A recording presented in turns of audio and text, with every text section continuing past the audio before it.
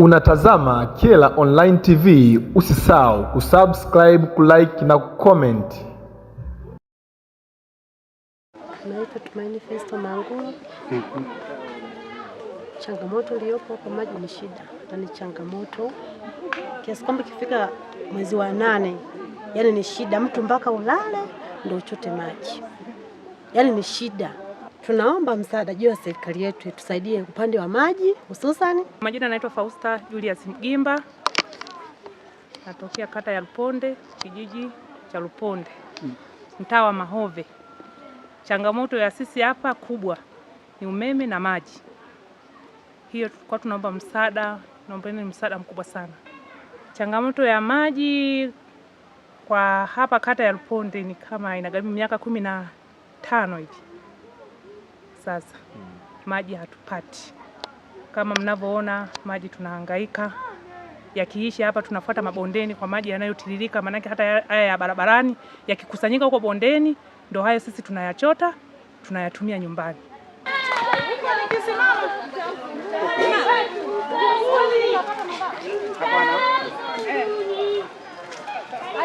Kwa hiyo kata ya Luponde mnachota maji hapa? Ndio. Kilomita 20 toka mjini. Ndani ya halmashauri ya mji Njombe. Mnachota maji hapa? Ndio. Navyo vingapi? Viko vitatu. Vitatu. Na mlichimba wenyewe? Ndio. Baada ya kuona mambo magumu. Ndio. Wananchi ndio ilitumika. Na baadaye yakiisha hapa tunaanza kutafuta maji ili kwenda kutokea. Maana yake tunapotoka hapa tunakwenda kule mabondeni tena kufuata nini? Maji.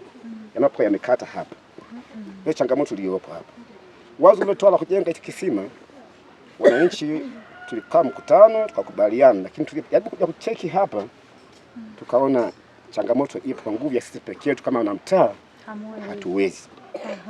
Tukaendelea na mfumo wetu ule ule wa kubomoa, kujenga hivyo hivyo. Kiangazi kikosa maji tunachukua tena mtaa bondeni kilomita kadhaa. Ni mishoni kabisa ulikoanzia mtu. Ndiko kwenda kuishia kule. Ndio changamoto iliyopo hapa. Tukaona kama hiyo kwa sababu sasa kama we ni mjumbe wa nyumba 10 ndio unatufaa sana kusimamia hili zoezi. Wewe Lazaro kanalo mbali. Huyu. Sawa. Asimamie na yule fundi yule. Yes, huyo. Tunalipeleka kimtaa sasa. Sawa. Umeelewa? Simamia hili. Nashukuru sana. Alafu mtanipa budget kupitia. Ndio. Nyinyi mnahitaji msaada. Asante. Nyinyi mnahitaji kusaidiwa. Ndio. Mmenielewa ndugu zangu? Ndio. Luponde mna shida. Sana. Sio kidogo. Labda niwaambieni kitu kimoja. Nyinyi kwa mujibu wa sheria za halmashauri ya miji, nyinyi mko ndani ya mji. Yaani hamhesabiki kama mko vijijini. Mmenielewa? Ndio. Nyinyi kwa mujibu wa sheria mnahesabika mko mjini. Kwa sababu sheria za halmashauri za miji ili mji uweze kuanzishwa ni kuanzia stendi kuu pale kilomita 25. Sasa bahati mbaya sana halmashauri ya mji yetu ilianzishwa kisiasa. Halmashauri ya mji imeenda mpaka Makoo kilomita 80 toka mjini. Lakini nyinyi hapa ni ndani ya kilomita 25. Mmenielewa? Ndio. Yupo baba. Naombeni mniombee nikawapambanie juu ya haya mambo. Asante. Anielewa? Tunakutangulia tu. Hivi hiki kisima hamwezi kujengelezea at least kiondoke kwenye hatari hii. Sio nyinyi sasa. Kama inawezekana nataka niwasaidie. Mimi sasa Tutashukuru sana. sana. Mafundi kujenga hapa? Wapo kutosha. Nani fundi kujenga hapa? Huyu hapa. Sogea. Hapa kujengelezea hapa ili pasiwe hivi yani. Kawe rasmi sasa umejengelezea mtu asiweze kutumbukia. Inagharimu shilingi ngapi? Maximum labda pengine tungeweza kukaa kutathmini kwamba itaweza kwa kiasi gani, tipu ngapi za ambao zinaweza kutumika. Sasa na kuachia maelekezo nani? Lazaro. Ndio.